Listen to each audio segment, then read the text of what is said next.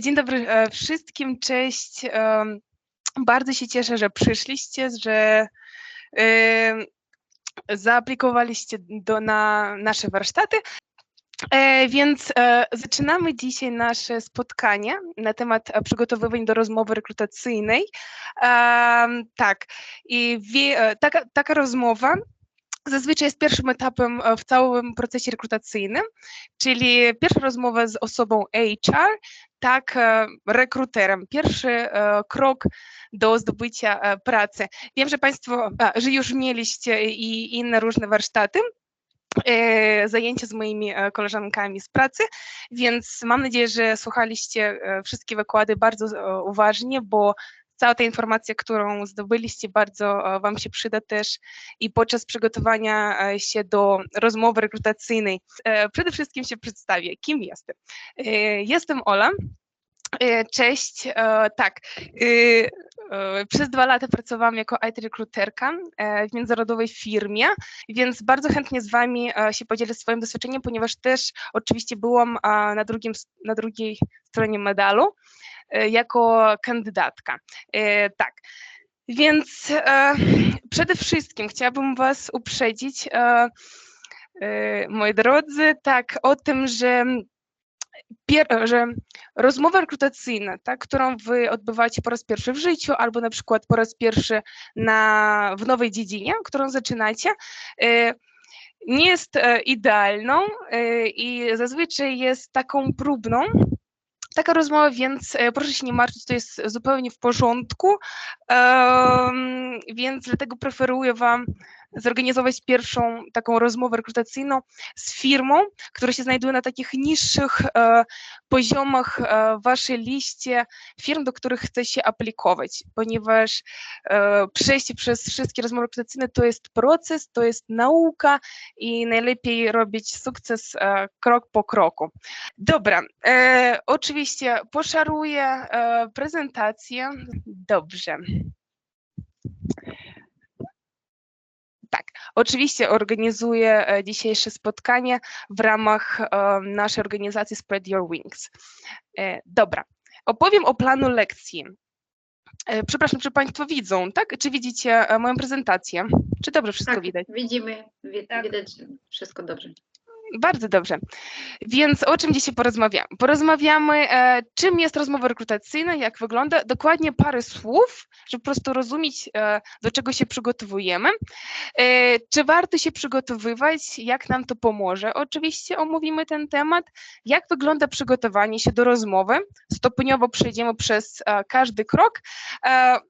Oczywiście, pogadamy o ogólnych pytaniach na rozmowie rekrutacyjnej, które mogą być zadawane przez rekrutera i jak się zachowywać na rozmowie. Odnośnie ostatniego tematu nie jestem pewna, czy zdążymy objąć go, ale spróbujemy. Tak i siak prezentacja zostanie do Was wysłana, więc zawsze będziecie mieli ją pod ręką i możecie sobie spojrzeć i przejść przez nią. Więc pierwszy temat. Czym jest rozmowa rekrutacyjna i jak wygląda? Rozmowa rekrutacyjna jest pierwszym etapem w procesie rekrutacyjnym. Chciałabym uprzedzić, że w każdej firmie wygląda w inny sposób. To jest ogólna rozmowa, przez którą kandydat może zdobyć więcej informacji o firmie, a rekruter bezpośrednio spotka się z kandydatem, poznać się z nim i będzie mógł w stanie ocenić za pomocą specjalnych pytań umiejętności kandydata i doświadczenia. Zazwyczaj taka rozmowa trwa 30 minut do pół godziny. W każdej firmie w różny sposób. Tak samo sam proces rekrutacyjny wygląda też w różny sposób i ma różną ilość spotkań. Tak. O czym pyta rekruter, żebyście wiedzieli i w ogóle jak wygląda ta rozmowa, pierwsza, wstępna. On się przedstawia albo ona opowiada treść spotkania oczywiście, zadaje pytania do kandydata, te właśnie ogólne albo specjalistyczne. Zaczyna się rozmowa o oczekiwaniu finansowym, później rekruter opowiada o firmie, kandydat zadaje pytania, jest na to czas oczywiście i rekruter opowiada o kolejnych krokach rekrutacji. Tak, główne pytanie naszego dzisiejszego spotkania. Czy warto się przygotowywać do rozmowy rekrutacyjnej? I moja odpowiedź, moja opinia, którą sama przeżyłam, warto. Najlepiej zacząć przygotowania tydzień przed spotkaniem. Najlepiej oczywiście na spokojnie sobie się przygotować wcześniej, żeby ta informacja, którą wy sobie przygotowaliście, mogła ustrukturyzować się w waszej głowie i po prostu to by nam pomogło czuć się pewniejszym, tak? Lepiej przedstawić swoją kandydaturę i nie opuścić najważniejsze szczegóły w samoprezentacji albo po prostu w całej wypowiedzi podczas spotkania. No i oczywiście najważniejsze byłoby fajnie dostać przyjemność, nawet zabawę od rozmowy z rekruterem, bo rekruter jest zwykłym człowiekiem, który chętnie tak samo się wyluzuje na spotkaniu i to będzie bardzo przydatne dla obydwu stron. Tak. I teraz zacznijmy rozmawiać o samym przygotowaniu się. Tak. Przede wszystkim dając siebie czas na przygotowanie, zacznijmy od tego, że trzeba pamiętać i znać swoje CV, czyli trzeba pamiętać to, co zostało zawierane w CV i żeby wypowiedź kandydata była zgodna, tak, z informacją CV, ponieważ rekruter wcześniej dostaje takie CV, może sobie spojrzeć i już rozumie, o czym przede wszystkim pytać u kandydata albo na drugim miejscu. Więc warto, żeby informacja się zgadzała, żeby nie było nieporozumień. Tak. Drugi etap. Dobrze trzeba się zapoznać z profilem firmy oraz opisem wymaganiami stanowiska.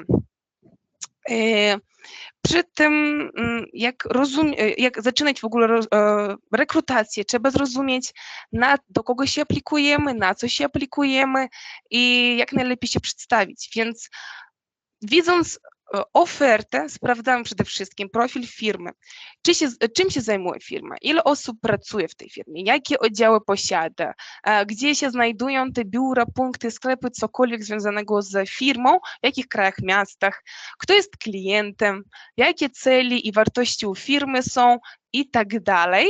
No i oczywiście podczas naszej wypowiedzi na rozmowie rekrutacyjnej bardzo istotne jest opis stanowiska, obowiązku stanowiska oraz wymagane doświadczenia. Więc mając te linijki w opisie, w ofercie, po prostu patrząc na te linijki, budujemy naszą wypowiedź.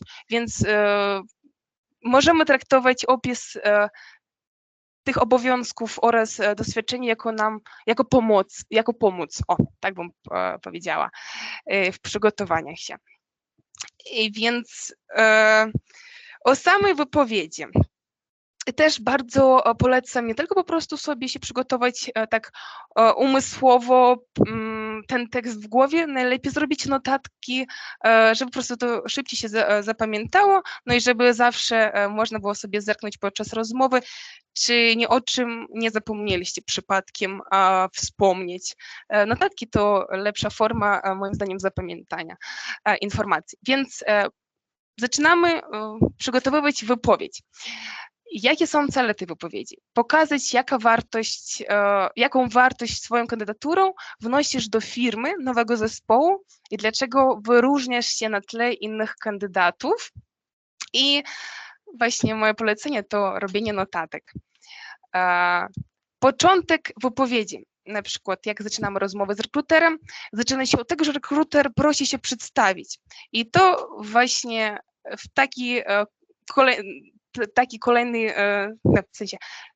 w taki sposób, który ja właśnie wstawiłam do prezentacji, można będzie się przedstawić. Czyli można wspomnieć, jak się nazywasz, ile masz lat, skąd pochodzisz, wykształcenie, swoje mocne cechy charakteru, które by pokazały ci w najlepszy sposób, jako najlepszego kandydata do danego stanowiska. Też można wspomnieć sobie o hobby. No, oczywiście też rekruter może i nie poprosić tak szczegółowo się przedstawić. To bardzo zależy od sytuacji, od specyfiki firmy, od specyfiki stanowiska, ale zazwyczaj taki small talk na początku zawsze jest i przedstawienie też tak samo. Tutaj wpisałam przykład przedstawienia się od strony kandydata, na przykład jako menadżer projektu. Na przykład aplikujemy się na stanowisko menadżer projektów. Ja tak pomyślałam, że można byłoby się przedstawić. Dzień dobry, jestem Ola, mam 25 lat, urodziłam się i mieszkam w pięknym Krakowie. Jestem szczęśliwą, na przykład można mamą świetnej córeczki, albo jestem właścicielem świetnego psa, cokolwiek. Jestem odpowiedzialną, szczerą i pomocną osobą. Najlepiej jak opisujemy swój charakter albo siebie, nie używać takich wzmacniających słów typu bardzo albo nieskończono czy cokolwiek innego. Więc szczerą i pomocną osobą, uwielbiam planować i pilnować procesy, jestem dobrym graczem zespołowym, świetnie radzę sobie z wielozadaniowością, czyli jak mamy wielu zadań naraz, umiemy rozstawiać priorytety, czy robić podział obowiązków, uwielbiam komunikować się, mogę opanować się nad stresem, no i na przykład o hobby, to uwielbiam po pracy chodzić na tańce oraz na spacery z rodziną. Główna rzecz, główny punkt, który bym chciała podkreślić, że podczas całej rozmowy z rekruterem najlepiej pamiętać, że my próbujemy się dostać pracę, więc my musimy zawsze pamiętać, o co chodzi w tej pracy, jakie są obowiązki, jakie doświadczenia i próbować zawsze kierować naszą wypowiedź na to, że potrafimy, że damy radę sobie z zadaniami w tej pracy, na którą się aplikujemy. Tak. Jak się przedstawimy, tak ogólnie powiemy, kim jesteśmy, czym się zajmujemy w życiu. Rekruter już zaczyna szczegółową rozmowę o doświadczeniu zawodowym. Tutaj już trzeba być konkretnym, jasnym i bardzo precyzyjnym. Więc są, jak ja miałam doświadczenia, 3 różne opcje u kandydata. Na przykład, jeżeli kandydat jest w zawodzie przez całe życie, to najlepiej opowiedzieć o całej historii zawodowej w szczegółach. Tak, więc jeżeli kandydat niedawno zaczął nowy zawód, to najlepiej opowiedzieć trochę o początkach kariery i dużo więcej doświadczenia w nowym zawodzie. Tak, no i jeżeli nigdy kandydat nie pracował w zawodzie, na który się aplikuje, to najlepiej pokazać na rozmowie, że jesteś bardzo otwarty na wszelkie nowe doświadczenia, że szybko się uczysz, że nie wahasz się zadawać pytania, wahać się, takie dziwne słowo i tutaj przetłumaczyłam wahati się po ukraińsku i nie boisz się wyzwań i tak dalej. Też bardzo polecam przed rozpoczęciem jakiejkolwiek rekrutacji sobie może załatwić niektóre kursy, dostać certyfikaty, żeby po prostu mieć już podstawy chociażby jakieś w zawodzie, na który się aplikujemy. No i oczywiście można sobie wspomnieć przy wypowiedzi, że mamy certyfikaty i jesteśmy gotowi do walki i zdobycia nowych szczytów na przykład. Tak. Ogólne pytanie na rozmowie rekrutacyjnej, a odpowiedź kandydata. To jest bardzo istotny etap w naszej prezentacji, ponieważ w każdej rozmowie rekrutacyjnej na pierwszym etapie zazwyczaj zadają się ogólne pytania. Czasami rekruter może zadać parę specjalistycznych, ale zazwyczaj te specjalistyczne pytania się zadają na kolejnych etapach w rekrutacji i też praktycznie się sprawdzają. A pierwsza rozmowa z rekruterem to taka do zapoznania się, do przywitania się, żeby sobie zdobyć informacje. No i taki pierwszy krok. Więc dlaczego istnieją ogólne pytania? Żeby można było ocenić wartości, cenności kandydata a firmy, tak samo jak ze strony kandydata, tak i ze strony rekrutera. I oczywiście, żeby rekruter mógł w stanie wyróżnić kandydata tego od innych. No i dlaczego warto zatrudnić jego, a nie innego kandydata. Więc każdy rekruter zadaje różną ilość pytań w różnej kolejności, w zależności od tego właśnie, jak toczyła się cała rozmowa przed zadaniem tych ogólnych pytań. Więc oczywiście kolejność tych pytań będzie zależała też od specyfiki stanowiska i firmy. Więc na przykład jak się aplikujemy na jakieś menedżerskie stanowiska, to bardzo często będą też pytania bardzo istotne o tym, jak kandydat współpracuje z zespołem, no dobra, takie nie ma ustawionej kolejności, dobra. Ja w tej prezentacji przygotowałam tak do 10 do 12 pytań ogólnych, więc sobie sprawdzę czas.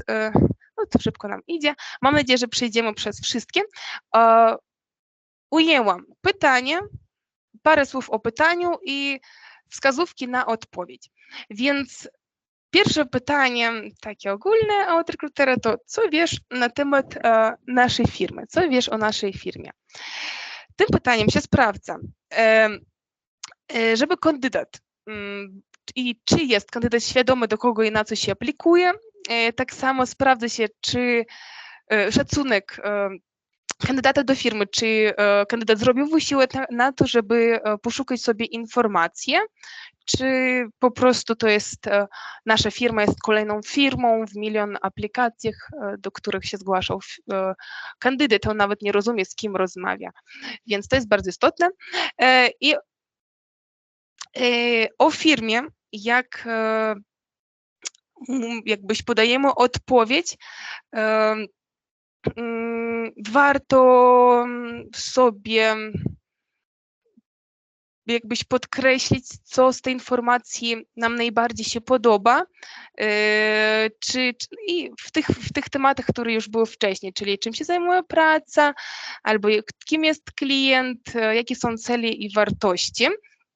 Więc zawsze oczywiście w każdej swojej wypowiedzi trzeba próbować upodobnić siebie do firmy, znaleźć jakieś wspólne punkty takiego kontaktu. Tak. Więc to jest pytanie też dość podobne. Dlaczego chcesz zmienić pracę? Dlaczego chcesz u nas dokładnie pracować? Przez to pytanie sprawdzają się wartości kandydata. Czy tylko przez pieniądz na przykład kandydat zmienia pracę, czy przez chęć dalszego rozwoju lub oczywiście przez sytuację życiową. I ja bym polecić, tak, odpowiadać szczerze, najlepiej odpowiedzieć oczywiście o chęci rozwoju lub braku czegoś, do czego dążysz, bo zawsze próbujesz jakbyś dążyć do tego, co ci zadowoli w końcu i co ci sprawia przyjemność i po prostu będzie ci rozwijało. Jeżeli głównym w tym przypadku celem jest pieniądz, tak oczywiście to jest też bardzo istotne, to można sobie dodać komentarz dlaczego, nie tak po prostu, że pieniądze to tyle. Można sobie wyjaśnić dlaczego. Na pytanie, dlaczego dokładnie u nas, podczas tego pytania wyjawnia się moment sprawdzania podobieństwa cenności i wartości firmy a kandydata. Właśnie ten kontakt, czy firma z kandydatem się polubią i czy idą w jednym kierunku i w ogóle czy pomogą siebie nawzajem. Warto opierać się na specyfikę firmy i najlepiej, żeby cenności i wartości firmy a kandydata pasowały do siebie. Tak. Dalej. Co motywuje cię do pracy? Firma zawsze myśli, w jakiego pracownika zainwestować, a w jakiego nie. Takie pytanie pomaga pokazać, że kandydat ma chęć dalszego rozwoju i będzie chciał się starać i robić wpływ na osiągnięcie lepszych wyników. I opcje odpowiedzi są takie, możliwe oczywiście. Możliwość rozwoju zawodowego, możliwość zdobycia nowych umiejętności, nowe wyzwania, czy możliwość awansu. Najlepiej też oczywiście odpowiedzieć nie tak, nie jednym zdaniem, a sobie rozszerzyć temat i nawet po prostu poprowadzić dialog z rekruterem. Z rekruterem zawsze można prowadzić dialog, można go nie bać się. Jakie są twoje oczekiwania finansowe? Właśnie, wstawiłem to pytanie na początek naszych pytań ogólnych, ponieważ spotkałam kandydatów, ale raczej takich, którzy jeszcze dopiero zaczynali swoją karierę, czy po prostu zmieniali dziedzinę, że kandydaci mogli się pogubić w tym pytaniu i w ogóle podać niepoprawną odpowiedź, później chcieli zmienić swoją odpowiedź, już nie było możliwości, bo firma rozpoczęła proces rekrutacyjny z tym kandydatem dalej, czyli poszła i już na to odłożyła specjalny budżet. Więc warto zawsze, zaraz powiem, jak to można ująć, no, że warto być śmiałym i mówić na ten temat w otwarty sposób i nie wahać się i znać po prostu, czego jesteś finansowo warty. Przed każdą rekrutacją bardzo polecam sprawdzić rynkowe wynagrodzenia i później dopasować tą kwotę do swojego doświadczenia, czyli obowiązki, które robiłeś, albo ilość lat, które przepracowałeś. No i oraz sytuacji życiowej. Ja tutaj do prezentacji wstawiłam bardzo dobre kalkulatory wynagrodzeń, gdzie można przez różnorodne filtry sobie sprawdzić wynagrodzenia ogólne, takie statystyczne dla każdego zawodu, też filtrując, w jaką umowę wybierasz, czy ile lat pracujesz i tak dalej. Więc Państwo wy będziecie mieli tą prezentację, możecie sobie kliknąć, to jest link i sprawdzić. Bardzo, bardzo przydatne te kalkulatory. No i oczywiście też wynagrodzenie można sprawdzić w samych ofertach. Często one są tam zawierane. No i bardzo polecam podczas omówienia oczekiwań finansowych podać przedział tej kwoty, czyli od minimumu do maksymumu. Jak pracodawca tak nie jest aż za bardzo otwarte, żeby oferować Tobie Twoją kwotę, którą zaproponowałeś, to można spróbować zrobić taki krok, że zaproponować niższą kwotę na początek, podczas okresu próbnego, a później po okresie już poprosić o kwotę, którą podałeś, czyli na którą zasłużyłeś, pokazując siebie w bardzo dobry sposób podczas okresu próbnego, więc tak to też można zrobić w taki sposób. I trzeba pamiętać też, jak wspominałam już mówiąc o kalkulatorzach, o rodzaju umowy, bo każda umowa daje inne prawa, tak, oraz wymaga inne procenty podatków. Tak. Kolejne pytanie. Jak układa Ci się współpraca z poprzednimi przełożonymi? Więc cel pytania. Czy kandydat umie współpracować z pracownikami wyższych szczebli, czyli wyższych poziomów, na przykład menadżer, dyrektor i tak dalej? I jak kandydat umie rozwiązywać konflikty? Czy na rzecz własną, czy zawsze próbuje zrobić wszystko na dobro firmy czy zespołu? Najlepiej oczywiście nie mówić, że szef był niekompetentny, czy jakiś dziwny, nienormalny, cokolwiek innego. Lepiej wspomnieć, że mimo różnicy zdań udało Wam się znaleźć rozwiązanie i tym samym Ty pokażesz, że pokonujesz trudności, a nie skupiasz się na nich, nie marudzisz i po prostu stoisz na jednym miejscu. Tak, jakie masz cele zawodowe? Co chcesz robić za następne 5 lat? To jest bardzo też istotne pytanie i bardzo często zadawane przez rekruterów. Oczywiście to dość trudno sobie wymyślić, co będzie za 5 lat, bo życie jest bardzo wielką niespodzianką, no ale sobie można zrobić niektóre notatki na możliwą dobrą odpowiedź. Więc rekruter sprawdza, czy kandydat nie skacze z jednej pracy do drugiej, bo firmy nie za bardzo lubią, jak kandydat zmienia milion razy pracę. Oczywiście na początku kariery, jak ty dopiero poznajesz rynek, dopiero poznajesz siebie, to jest zupełnie zwykła sytuacja, jak jeden raz, nie wiem, w pół roku czy w 4 miesiące, można po okresu próbnemu, jak w Polsce 3 lata, 3 miesiące, można sobie oczywiście zmienić, ale lepiej później już mieć pewną stabilność, bo firma chce inwestować, inwestować, rozwijać Ciebie, tak, no i oczywiście chce, żebyś Ty z nią został jak najdłużej, więc Tak, rekruter tak samo sprawdza, czy nie podejmuje kandydat pochopnych decyzji, tak, takich szybkich, pochopnych. Życie zawodowe, jak wspominałam, to droga, najlepiej dążenie do celu, do pracy idealnej, więc niech ta praca, na którą się aplikujesz, będzie krokiem do celu. Oczywiście może tak samo być przez sytuację życiową. Dobra, kolejne pytanie. Jakie są Twoje słabe i silne strony? To też trudno oceniać siebie za bardzo, ale warto się postarać, więc tutaj sobie wstawiłam niektóre wskazówki, jak można najlepiej odpowiedzieć na takie pytania. Wymienione cechy kandydata muszą pokazywać jego jak dobrego kandydata na dane stanowisko. Muszą być skuteczne dla wykonania obowiązków danej oferty. I lepiej nie mówić, że jesteś idealnym i nie ma żadnych słabych stron, jesteś po prostu najlepszym profesjonalistą. Warto być troszeczkę skromniejszym, żeby dać przestrzeń rekruteru na taką dobrą analizę. I polecam też wspomnieć o słabych stronach i jak nie patrząc na nich, radzisz sobie z obowiązkami.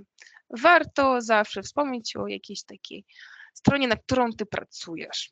Tak, bo warto dążyć do jakiegoś ideału i pracować nad sobą i w ogóle wszędzie, nad wszystkim.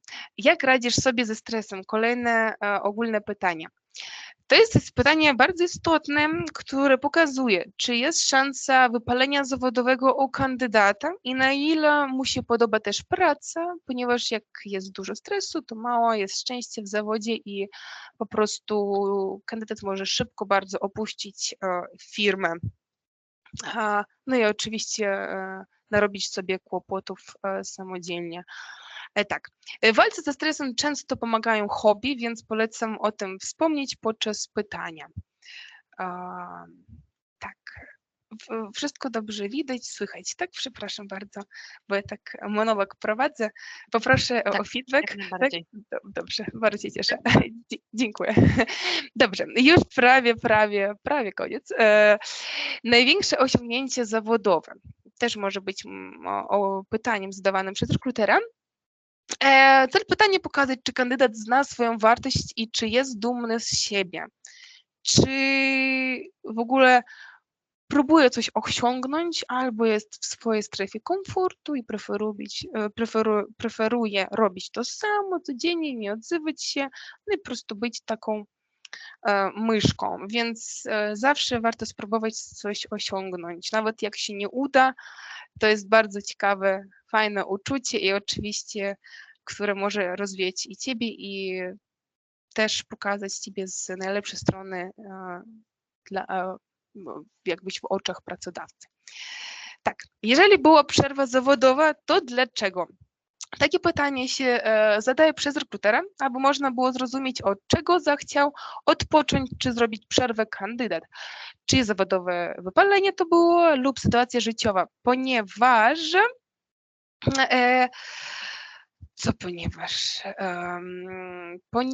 ponieważ człowiek kończąc jedną pracę zaczyna drugą i oczywiście chce dostać czegoś lepszego i czasami tego, czego nie miał wcześniej. Więc warto o tym wspomnieć, że na przykład ja zrobiłam sobie przerwę, bo pracowałam 18 godzin codziennie, już nie mogłem, bla, bla, bla, bla, bla. No oczywiście poszukuję teraz, opaliłem się, mam wypalenie zawodowe, oczywiście teraz potrzebuję pracy w normalnych godzinach i tak dalej, więc warto zawsze sobie opowiedzieć, dlaczego zrobiłeś przerwę. Tak. Najlepiej nie mieć długie przerwy zawodowe lub po prostu szczegółowo wyjaśnić, dlaczego to się zdarzyło. Najlepiej, żeby człowiek miał ciągłą historię zawodową. Oczywiście nie trzeba, można sobie robić przerwy, ale lepiej wyjaśnić dlaczego.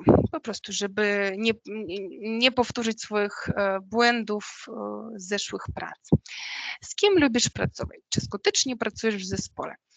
To jest istotne pytanie, bo najczęściej do firm poszukiwani są kandydaci, którzy potrafią i preferują pracować w zespole.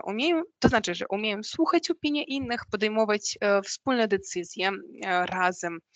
I polecam też wspomnieć o tym, że chociaż preferujesz pracować w zespole, umiesz, bardzo dobrze się odnajdujesz tam, jesteś wystarczająco profesjonalny, żeby umieć tak samo wykonywać obowiązki samodzielnie, więc w razie potrzeby jestem jednostką niezależną też tak samo i mogę opanować nad sytuacją. Tak. Gdzie jeszcze się aplikujesz? Takie możliwe pytanie tak samo zadaje się przez rekrutera z jednym celem. W ilu procesach rekrutacyjnych bierzesz udział? Więc takie pytanie jest dość podchwytliwe moim zdaniem i istotnym oczywiście naraz. Rekruter nie jest zazwyczaj ciekawy, nie to, że zawsze nie jest ciekawy, zazwyczaj nie jest ciekawy, do jakich firm kandydat się aplikuje. Zadaję to pytanie, aby sprawdzić, jakiego typu stanowisk szuka kandydat, w jakich by stanowiskach on mógł w przyszłości się też rozwijać i na ile szybko też trzeba podjąć decyzję co do wystawienia oferty. I polecam też pokazać, że tak robiłam parę razy i mi się udało wszystko. Polecam pokazać, że dobrze ci idzie w innych rekrutacjach, oczywiście, jeżeli to jest prawda. Najlepiej nie kłamać nigdy w życiu oraz podczas rozmowy rekrutacyjnej. Że dobrze ci idzie w innych rekrutacjach na podobnych stanowiskach, ponieważ jesteś dobrym kandydatem. Jak potrzebujesz przyspieszyć proces rekrutacyjny, możesz wspomnieć, że jesteś na końcu rekrutacji w innych firmach i już masz oferty na rękach i po prostu trochę czas ci goni, żeby podjąć decyzję. Tak. Podeszliśmy, która jest godzinka? Super, idealnie. Prawie do ostatnich naszych tematów w dzisiejszym spotkaniu teoretycznym. Ostatnie kroki przygotowania się do rozmowy rekrutacyjnej. My już sobie zrobiliśmy notatki, wypowiedzi albo w głowie pokładaliśmy informacje, jak najlepiej odpowiedzieć, o jakich szczegółach nie zapomnieć podczas samoprezentacji.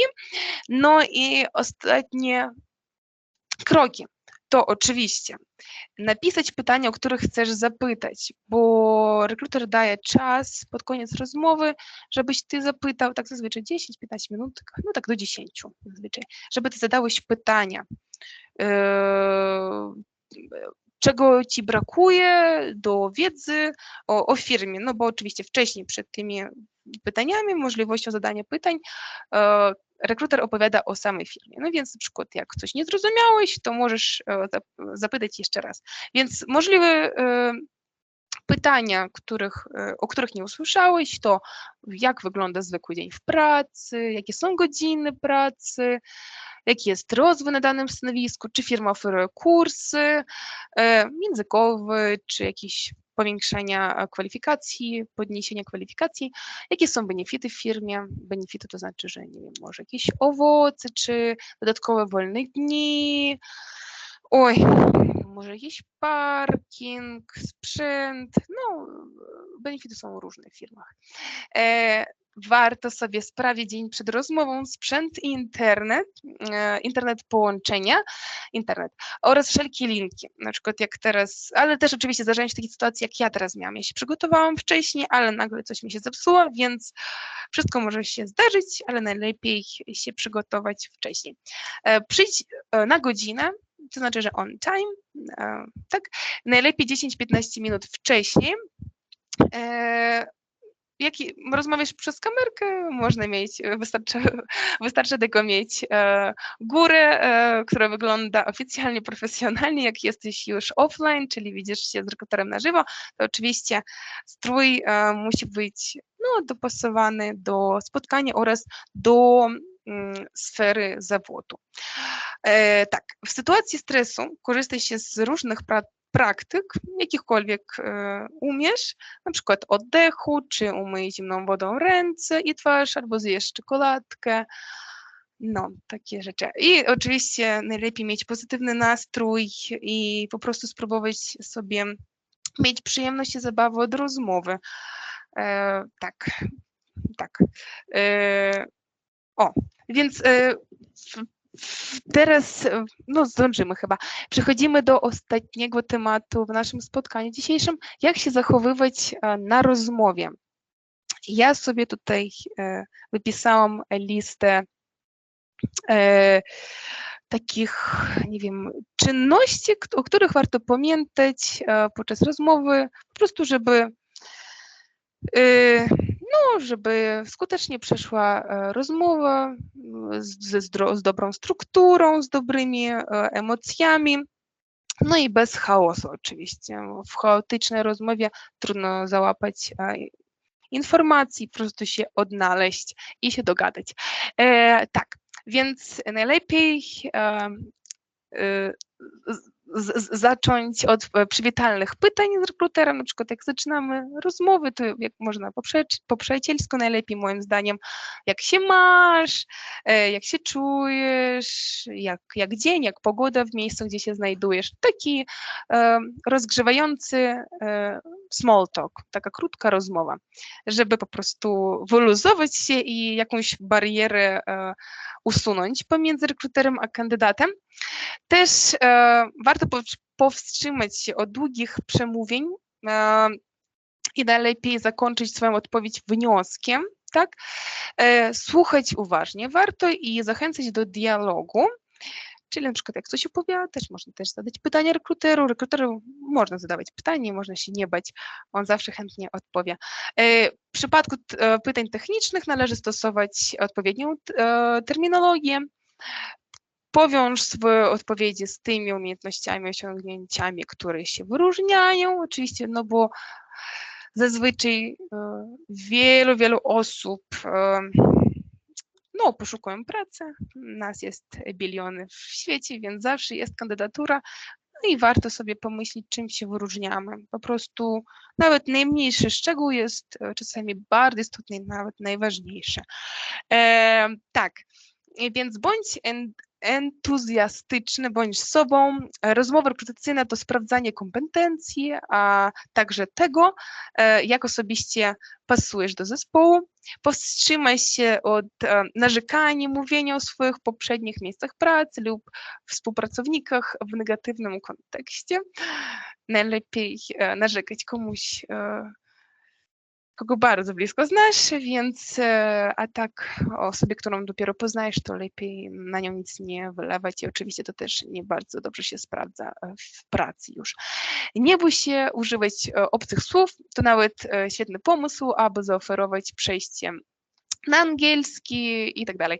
Też zapomniałam, że w rekrutacji czasami się sprawdza w zależności od stanowiska, w ogóle od firmy, ale najlepiej znać języki i small talk, taka krótka rozmowa o życiu po angielsku czy w jakimkolwiek języku może być. No i tak, w studium przypadku, na przykład jak rekruter zadaje jakieś pytanie takie specjalistyczne, na przykład wyobraź sobie, że i zadaję pytanie w takiej sytuacji, z którą możesz mieć styczność w pracy i na przykład jak coś nie ma niedobrej odpowiedzi, jak po prostu odpowiedziałeś na coś teoretycznego, a rekruter powiedział, że niestety tam na przykład w teorii tak to nie jest, w teorii jest w inny sposób, o teorii mówimy, nie o praktyce.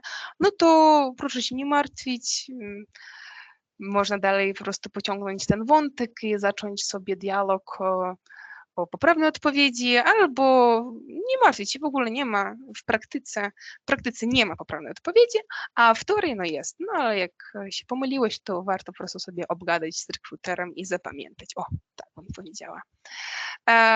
Tak, więc jak się zachowywać werbalnie? Najlepiej nie przerywać. Warto być jasnym podczas mówienia, odpowiadać zwięźle i na temat. Być otwartym warto, być pewnym siebie, ale nie aroganckim. Używaj profesjonalnego języka i terminologii. Zwracaj się do mówcy z szacunkiem. To nie oznacza, że właśnie, że tylko pan, pani, sir, monsieur. Jak z człowiekiem dogadacie, tak warto się odzywać nawzajem, ale zawsze oczywiście z szacunkiem. Tak. Niewerbalne sposoby na poprawne zachowanie się. Sposoby na niewerbalne zachowanie się, tak bym powiedziała. Uśmiechnij się. Wchodząc do pokoju, to jeżeli na przykład mamy spotkanie one-to-one, czyli na żywo osobiste, zaoferuj mocny, ale delikatny ucisk dłoni, nie wyglądaj podejrzany, to znaczy, że nie bądź jakiś rozproszony, czy wyglądający na tego, kto coś chowa w swojej kieszeni, może dostać i przestraszyć. Stań prosto i zrelaksuj się, unikaj wiercenia się. Trzymaj stopy na szerokości bioder i zrównoważ. No to znaczy, że po prostu usiądź sobie wygodnie, no ale nie w jakichś dziwnych pozycjach. Usiądź prosto. Już mówiłam. Aktywnie słuchaj swojego rozmówcy. Właśnie warto też pokazywać, że my go słuchamy przez jakieś ruchy głową czy może ręką. Tak, utrzymaj kontakt wzrokowy podczas mówienia. Warto patrzeć sobie w oczy, a nie w okno na ptaka, gdzieś na gałęzi drzewa. No i zachowywaj swoją naturalną twarz, lepiej uśmiechniętą. No, tak to jest. Z tej strony Agnieszka Kowalska, zespół Mhm. rekrutacji IT. Tak. My dzisiaj tutaj też jesteśmy z koleżankami, z Karoliną i z Magdą, tak też chcielibyśmy gdzieś tam wesprzeć, tak? Bardzo dziękuję, proszę. Tak. I też czy być może później jak pojawią się jakieś pytania, ja może na tym etapie pozwolę sobie, Ola, jeśli nie masz nic przeciwko, odnieść się nieco do twojej prezentacji. Ja tak poruszyłabym może takie 3 obszary, nie wiem, może też potem Karolina też coś chciałaby dodać od siebie. Zaczęłabym tutaj o tych notatkach. I tutaj jak najbardziej właśnie zgodzę się z Olą, że należy przygotować się na potencjalne pytania. Można nawet w internecie poszukać na przykład typowe pytania na stanowisko na przykład, nie wiem, farmaceuty i przygotować sobie takie notatki. Natomiast czego bym nie robiła, to uczenia się tego na pamięć, ponieważ zawsze rozmowa rekrutacyjna jest w jakimś stopniu stresująca i zwyczajnie z powodu tego stresu można zapomnieć, nawet jeśli dzień przed wszystko pięknie recytowaliśmy. Nawet wypisując tak odpowiedzi, przygotowałabym te notatki, ale na przykład zaznaczyła sobie 2-3 takie hasła i to gdzieś tam starała się zapamiętać. I w momencie, gdy pojawi się takie pytanie, to łatwiej będzie też Państwu odpowiedzieć, tak? Po swojemu gdzieś ubrać to w zdania. I co jeszcze bym mogła zasugerować, to aby przećwiczyć odpowiedzi na te pytania na głos. Stanąć czy przed lustrem, czy może poprosić kolegę, koleżankę, kogoś z rodziny, czy nawet samemu, tak, po prostu powiedzieć to na głos, żeby to wybrzmiało, żebyście sami siebie Państwo usłyszeli, jak mówicie. Także to jak najbardziej należy się tutaj przygotować, to jest bardzo dobra podpowiedź. Natomiast na pewno na rozmowę rekrutacyjną tutaj na przykład w siedzibie, w biurze nie brałabym tych notatek ze sobą i przed rekruterem nie rozkładała i nie czytała gdzieś też z tego. Czego też należy unikać, to sytuacji, że na przykład właśnie jak będzie rozmowa na przykład przez telefon, to będziecie Państwo czytać, to też słychać. Oczywiście to rekruter będzie gdzieś słychał. Lepiej tak samemu swoimi słowami przygotować się. Rekruter będzie na pewno to doceniał, tak, że Państwo sami tak chcecie to powiedzieć. Tutaj jeszcze bym tak dopowiedziała, jeżeli na rozmowie rekrutacyjnej będzie sytuacja, że będzie jakieś zadanie do rozwiązania, na przykład zostaniecie Państwo poproszeni o policzenie czegoś, to na przykład możecie sami poprosić, na przykład jeśli to będą jakieś duże cyfry, liczby, czy możecie prosić o kalkulator, czy możecie korzystać z jakichś narzędzi, tak? Jeśli na przykład nie będzie jakiegoś kalkulatora, to spytać się, czy mogę przy Pani skorzystać z mojego telefonu, z kalkulatora. Trzeba pokazać, że tak powiem, nie należy samemu gdzieś szukać odpowiedzi, tak, tylko uczciwie samemu zrobić to zadanie, tak? Albo podpytać, jak macie Państwo problem, jak je zrobić, na przykład o wskazówkę, tak? Nie poddawać się i rozwiązać to, że tak powiem, na tyle, na ile doświadczenie, umiejętności Państwu pozwalają. To tak, ten pierwszy temat. Drugi, kwestia wieku. Nie poruszałabym tego i nie mówiła. Wiek, religia, tak, wyznanie, płeć, to jest coś, o czym przede wszystkim Państwo nie powinni być pytani i przez rekrutera i Państwo też nie macie obowiązku informacji. Dlaczego? Dlatego, że Państwo macie być zatrudnieni na podstawie umiejętności, tak, kwalifikacji, doświadczenia, ambicji i motywacji, a nie tego, ile macie lat. Rekruter też nie powinien o to pytać, więc tu bym nie wychodziła z taką informacją. Przerwę, Aga, dodałabym jeszcze tutaj właśnie informacje odnośnie dzieci, tak, to też może być traktowane Tak. jako, no nie wiem, nawet forma dyskryminacji, jeśli pracodawca pytałby o to, czy ktoś ma dzieci, czy nie. Tak. Więc też o to nie pytają i też raczej nie powinniśmy sami o tym mówić. Tak, bo Państwo, jeżeli pyta się ktoś na przykład, proszę coś powiedzieć o sobie, tak, to powiedzieć, że pracowałam jako na przykład, pracowałam w banku przez tyle i tyle lat, byłam odpowiedzialna za to i za to, korzystałam z takich i z takich systemów na przykład operacyjnych, skupić się na pracy, na motywacji. A tutaj te kwestie to są kwestie bardzo delikatne, wrażliwe i też uczulamy tutaj z Karoliną, pewnie też z Olą, że Państwo nie powinniście być też pytani. I na przykład jeżeli ktoś zada Państwu pytanie, na przykład czy planuje Pani mieć dzieci, to jest pytanie naprawdę, które nie powinno paść i też mówi o tym, czy może Pani pracować na przykład, nie wiem, kilkanaście godzin bez żadnej przerwy, tak?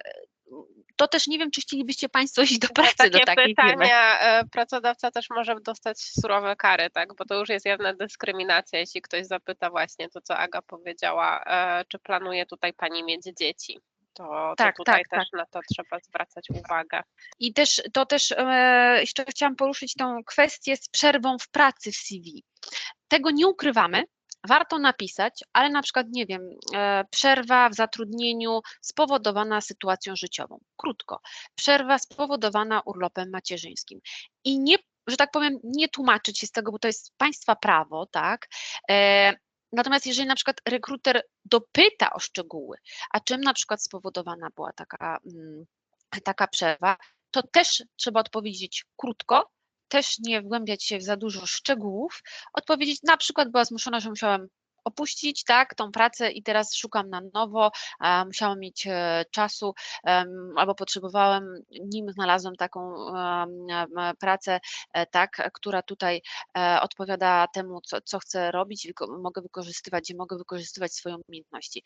Nie ukrywać, tak, ale krótko odpowiadać i krótką tą informację zawrzeć w CV. Nie wiem, czy Karolina, może tutaj byś coś chciała dodać? Nie, dokładnie to samo, co Ty, więc warto właśnie napisać, jaka to była przyczyna, tak, i no jeśli tutaj właśnie rekruter dopyta, to po prostu odpowiedzieć albo właśnie urlop macierzyński, albo sytuacja rodzinna i wtedy też tutaj rekruter nie powinien już naciskać i drążyć dalej. Wszyscy mamy rodziny, wszyscy mamy różne sytuacje życiowe się zdarzają, tak, losowe, na które nie mamy wpływu. Tak samo no, to pytanie o to, czy planuje mieć Pani dzieci, ile ma Pani lat, no tutaj wszyscy są osoby, które mają dzieci i świetnie pracują, tak, dają sobie radę, więc to musi zostać, to pytanie musi być sformułowane, tak jak Karolina powiedziała, w odpowiedni sposób i Państwo też, tak ja już to podkreślałam na spotkaniu wtorkowym, musicie się też dobrze czuć na rozmowie, bo to potem będzie miało przełożenie na to, w jakiej firmie będziecie zatrudnieni, z kim przyjdzie Państwu współpracować. Ta rozmowa to już jest takie, też pokaże co nieco o tej firmie, o współpracownikach gdzieś tam, też tak mi się wydaje, takiego jestem zdania. Nie wiem, to tyle. Bardzo dziękuję. Nie wiem, tutaj... Bardzo słusznie. I tak, ja mogłam się pomylić w ogóle w swojej prezentacji, bo trochę w innej sferze pracowałam przez cały czas i prowadziłam bardziej takie techniczne rozmowy. Więc bardzo Wam dziękuję, dziewczyny. Ale tak, przemówienie, praktyka jak być naprzeciwko lustra, czy z kimś z bliskich, oczywiście żadnej dyskryminacji. Tak, no i to jest najważniejsze, żeby nasz pracodawca właśnie zwracał uwagę na nasze umiejętności, a nie na kolor skóry, czy wiek, czy jakiekolwiek bardziej prywatne sprawy. To wszystko nasz biznes, można powiedzieć tak. Więc jak rozumiem, skończyliśmy naszą część teoretyczną. No właśnie, możemy rozpocząć naszą część praktyczną, tak, czyli przeprowadzenie takich rozmów rekrutacyjnych, przećwiczenia. I nie wiem, jak chcecie, no pamiętam, że się umówiliśmy na wy, na ty się odzywać, jak słuchacze nasze myślą, czy weźmiemy przerwę, potrzebujemy 10-15 minutek przerwy, czy już możemy zacząć i tak, w ogóle zacznijmy od przerwy. Czy potrzebujecie przerwę? No to przerwa. Dobrze, spotykamy się o 12:20, 21, tak. Dobrze. Do zobaczenia. Do zobaczenia. Do zobaczenia.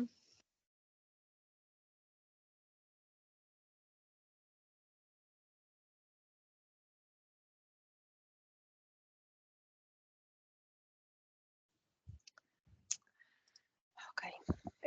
Tak. Cześć wszystkim ponownie, dzień dobry, wróciłyśmy. No to możemy zacząć naszą symulację. Jak pamiętam, nasza droga Agnieszka będzie kandydatką do UBS-u, próbuje się dostać na stanowisko rekrutera i Karolina, nasz profesjonalny rekruter, i poprowadzi rozmowę. I dziewczyny spróbują dopasować takie pytania ogólne, z których byście też mogli Państwo się skorzystać. Więc dziewczyny, dziękuję i wy możecie zacząć oczywiście. No to zaczynając. Dzień dobry Pani Agnieszko, jestem Karolina, prowadzę tutaj rekrutację na stanowisko rekrutera IT. Na samym początku naszej rozmowy opowiem o naszym zespole, zakresie obowiązków, a później też będę mieć kilka pytań do Pani. No i oczywiście na końcu, jeśli pojawią się jakieś pytania z Pani strony, to bardzo chętnie na nie odpowiem. Pani Agnieszko,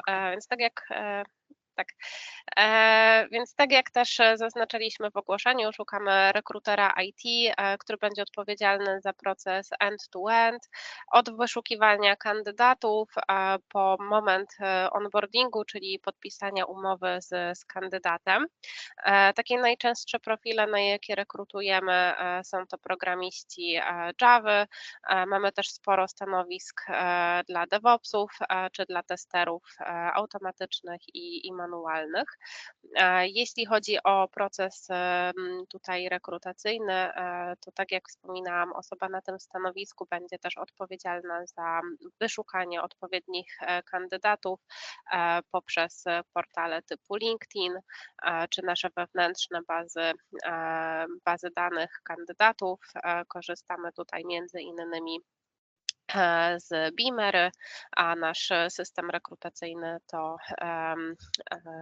tutaj wypadło mi słowo, Brassring, nasz, tak dokładnie Agnieszka już się śmieje, więc korzystamy tutaj z Brassringa.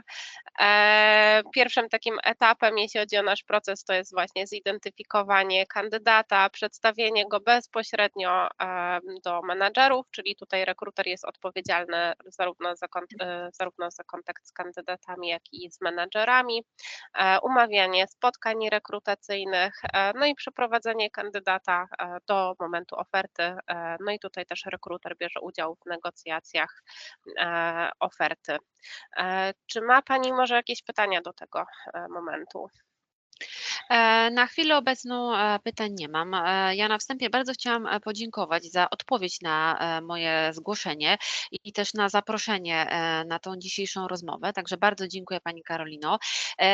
Sądzę, że bardzo dokładnie Pani wyjaśniła tutaj obowiązki na tym stanowisku. Co do jakichś pytań, to sądzę, że być może na koniec miałabym. Natomiast na chwilę obecną to ta rola, opis tego stanowiska jest dla mnie bardzo jasny, także dziękuję. Super.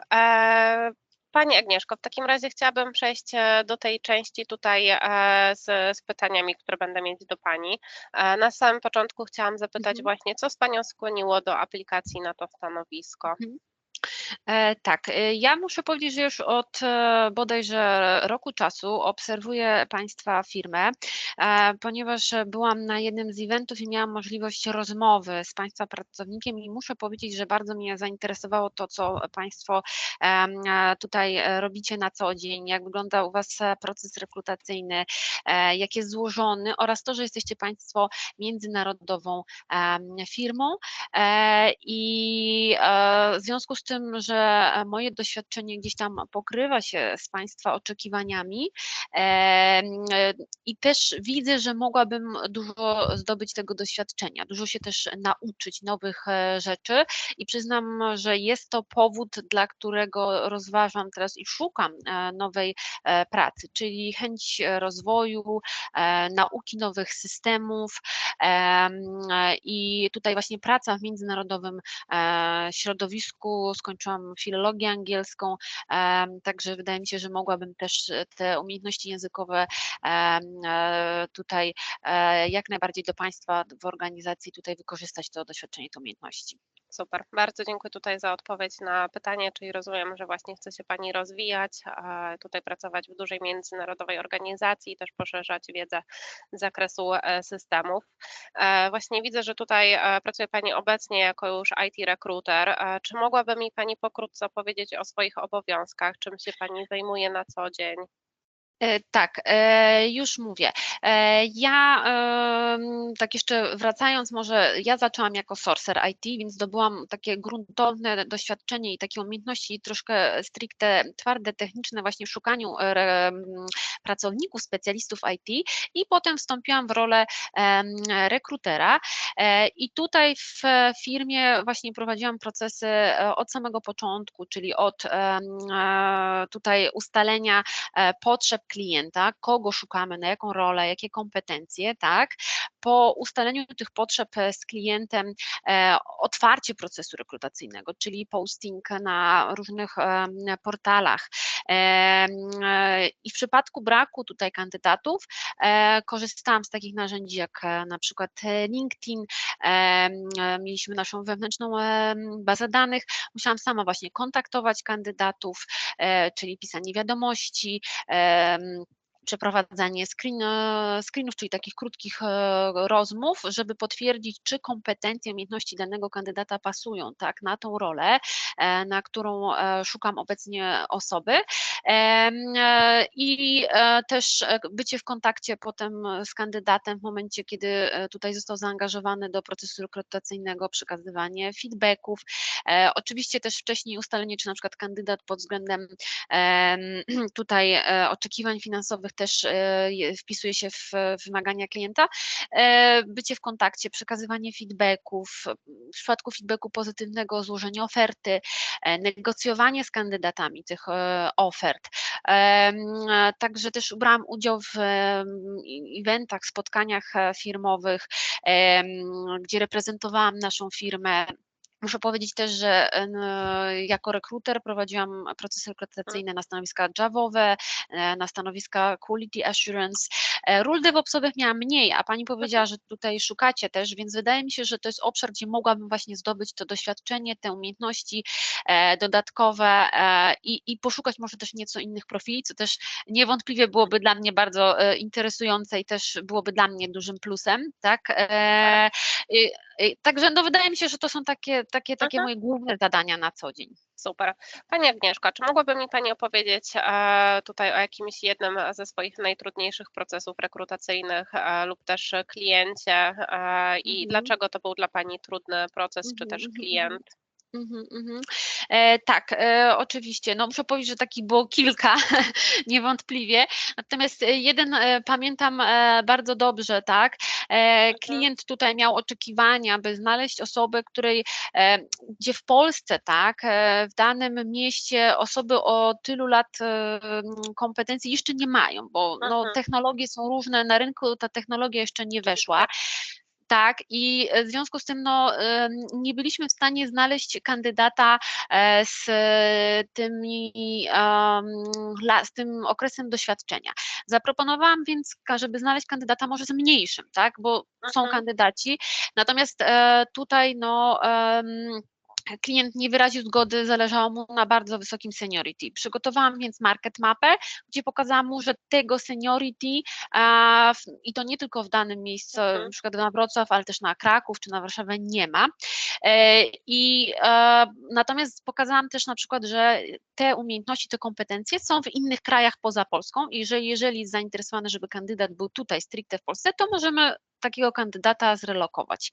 No i też zapowiedziałam, ile to trwa, co jest z tym związane i w związku z tym, że klient budował tutaj swój zespół, wyraził zgodę na to, żebyśmy po prostu kogoś relokowali do nas. I w ten sposób po prostu wyszliśmy na rynek za granicę, tak, tam żeśmy znaleźli takich kandydatów, było kilku w procesie i na jednego z nich właśnie menadżer się zdecydował. Także tutaj no, trzeba było popracować trochę z klientem i zmienić nieco jego oczekiwania, pokazać mu, jaki jest rynek i jakie są możliwości. Super. Pani Agnieszko, czy może ma Pani jakieś pytania tutaj odnośnie jeszcze właśnie samej roli? Coś przyszło Pani na myśl lub o zespół chciałaby Pani jeszcze podpytać?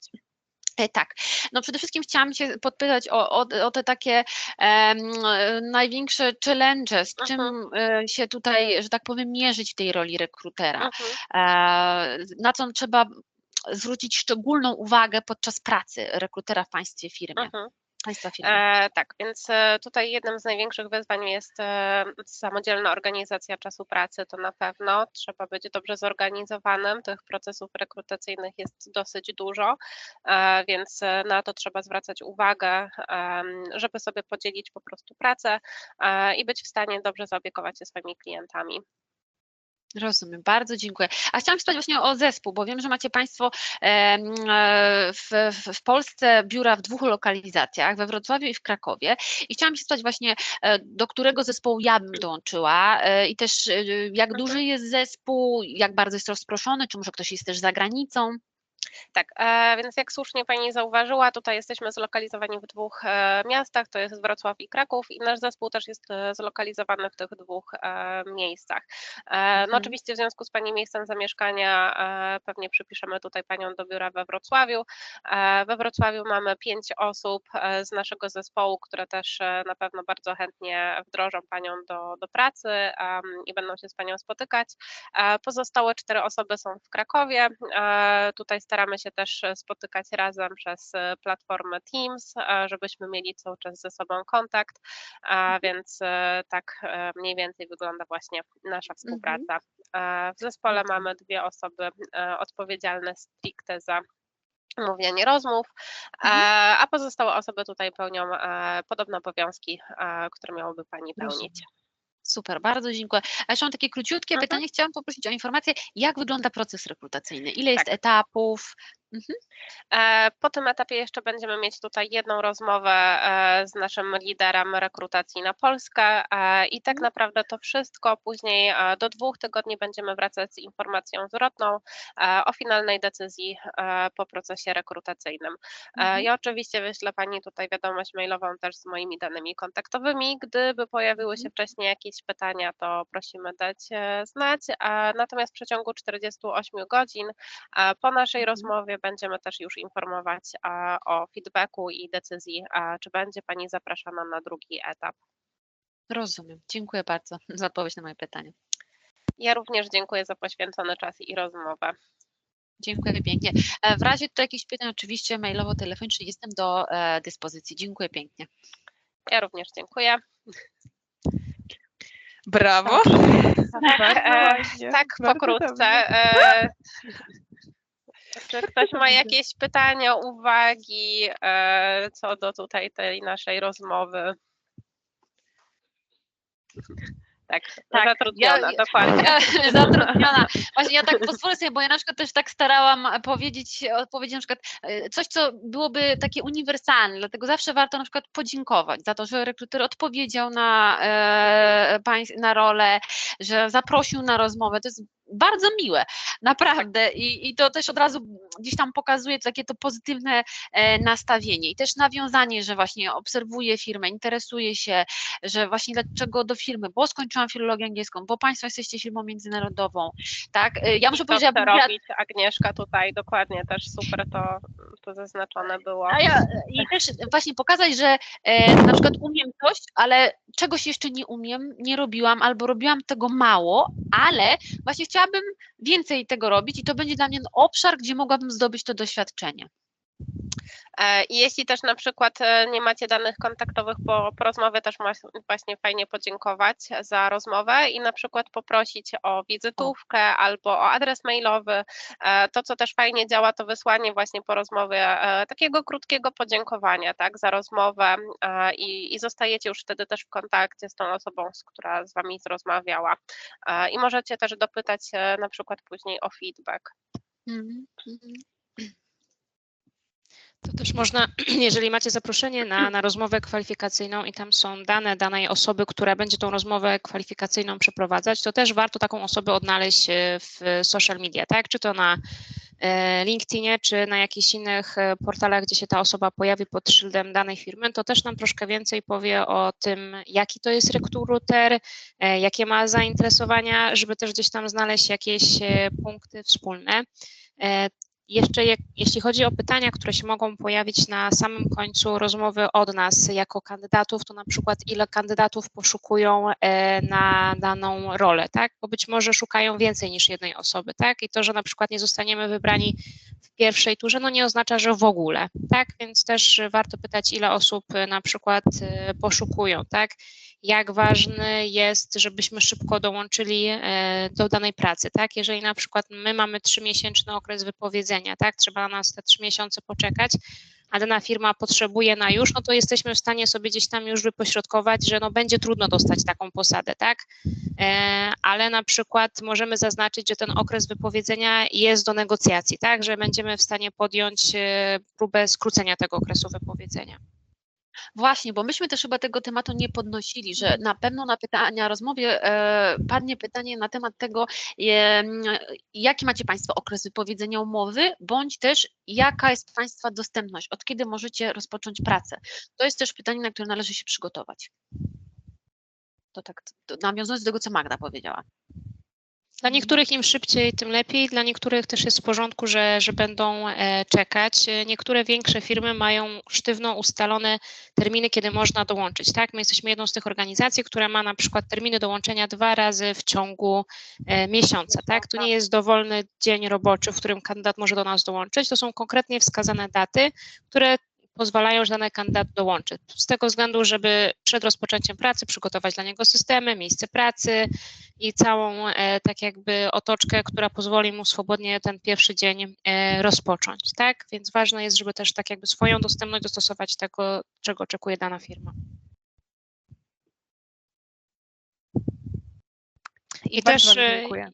jeszcze ja dodam na koniec, przepraszam, jeżeli otrzymujemy też negatywny feedback od danej firmy, że no nas niestety na ten moment nie udało się nam dostać danej oferty pracy, to też warto podziękować, zaprosić daną osobę do kontaktu, dopytać, co na naszą korzyść, niekorzyść tak naprawdę zadziałało, że nie zostaliśmy wybrani, tak? Coś, nad czym możemy popracować, żeby w przyszłości na kolejnych rozmowach wypaść lepiej, tak? I to, że na przykład w danym momencie zostaliśmy odrzuceni, to nie znaczy, że dana firma nas skreśla na zawsze, tak? To jest tylko w danej chwili na konkretne stanowisko, tak? Jeżeli zobaczymy na przykład, że dana firma, a to jest dla nas na przykład firma, w której chcielibyśmy się rozwijać i widzimy, że ma nową ofertę pracy, to swobodnie możemy aplikować, tak? Więc tutaj tak jakby negatywna decyzja nie skreśla nas w procesie rekrutacyjnym całym do danej firmy. Tak, można parę razy próbować się podejść do firmy na rekrutację i tak samo najlepiej zostawać w kontakcie z rekruterem. To bardzo się przyda, bardzo mocno. Nawet w razie negatywnej odpowiedzi. Tak jest. Bardzo Wam dziękuję. Bardzo dziękujemy. Tak. Dobrego dnia. Trzymamy kciuki Dziękujemy. bardzo mocno. I miło też zawsze nam będzie, jakby na przykład ktoś z Państwa chciał się z nami dzwonić też, czy porozmawiać, to służymy pomocą. Także dziękuję pięknie. Tak, prezentacja zostanie wysłana i może być szkolenia, w sensie nagrania prawdopodobnie też. Bardzo Wam dziękuję i wszystkiego dobrego.